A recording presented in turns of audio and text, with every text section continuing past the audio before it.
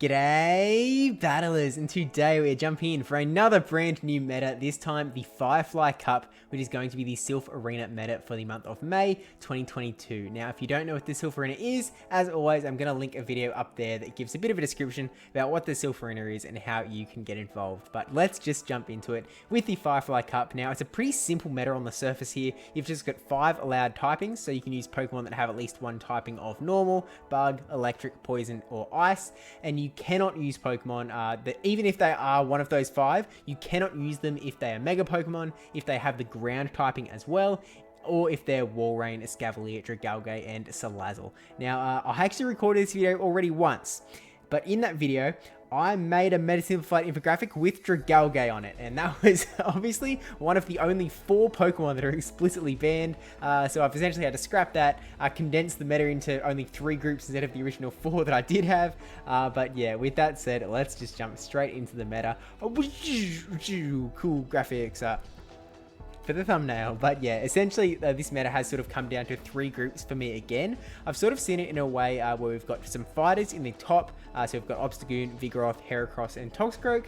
I think there are some other counter users around, but those are sort of the main 4 that you're going to be seeing.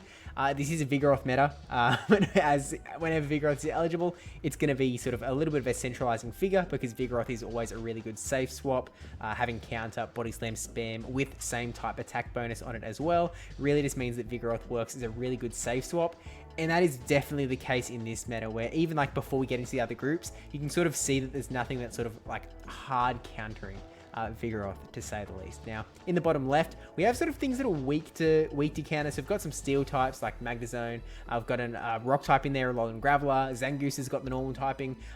Lickitung and Litleo is actually on this graphic. Now, Litleo is not a meme here. I actually really love Litleo in this meta, and I think that it's finally time for me to power up my level 50 XL, and I've got the XL ready to go, just about sending in the dust. So don't be too shocked if you see a video later in this month of me winning a cup using a Litleo, but we'll just have to wait and see on that front.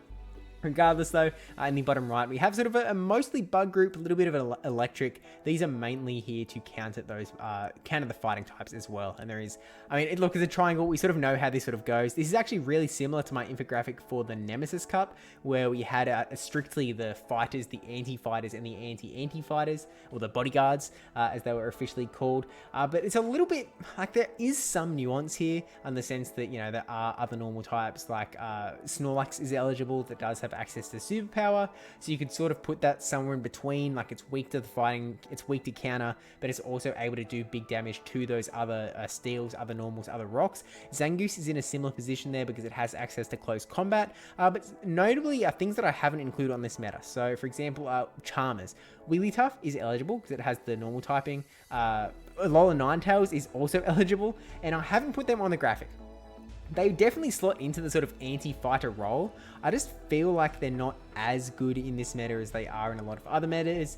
With that saying, it's Charm, it's still really good. It sort of really helps a lot of strategies that people use with 2-shield Charm. So still expect Charm to sort of pop up to round out maybe the 6th mon on the team, that sort of role. But then if we see a rise of Charmers in this meta, then we might see a rise in other poison types that I also haven't included here. So maybe we see some Alolan Mucks, maybe some Drapions, Golbats even.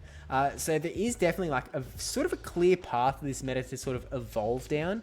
But regardless, there are some other sort of intricacies in just this graphic alone, though, because these matchups aren't exactly how they're going to go at all times. For example, Wormadam up against Obstagoon. Obstagoon is going to be resisting that confusion damage. Obviously, confusion damage is super effective to fighting, so it does big damage to Heracross and Toxicroak. But Vigoroth and Obstagoon do not have that fighting typing, and yeah, Obstagoon has that dark, which is going to resist it. But then Obstagoon has the dark typing, which is going to be taking super effective damage from Wormadam's Bug Buzz.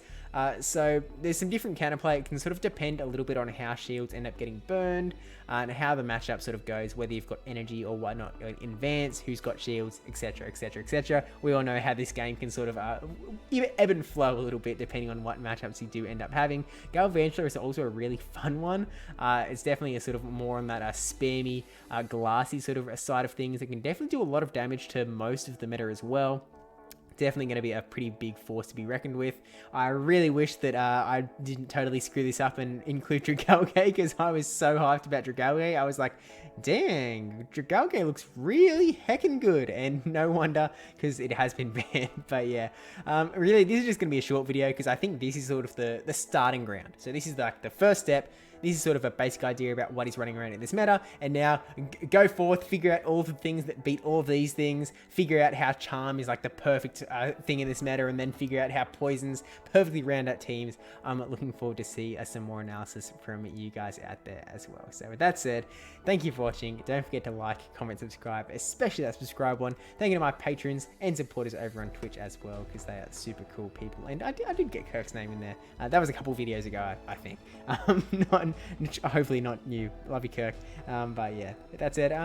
There's no other videos yet for this cup, but they will be soon. So subscribe if you haven't already, because there will be more coming out soon. And also stay tuned for some pretty exciting announcements from the Land of Steve. That'll probably be on Twitter. But okay, good luck in the meta.